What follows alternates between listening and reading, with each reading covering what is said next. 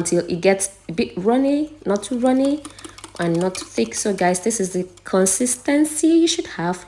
Now look at that, beautiful. So now guys, this is the twist. Watch. So I am going to use my microwave to do this. I'm not going to use my oven, guys. So this is a microwavable cake and it's going to take me less than 4 minutes. So I'm going to set my microwave now to high, you see, and then set it to 3 minutes. 3 minutes max, guys. 3 minutes, and then you have your delicious cake.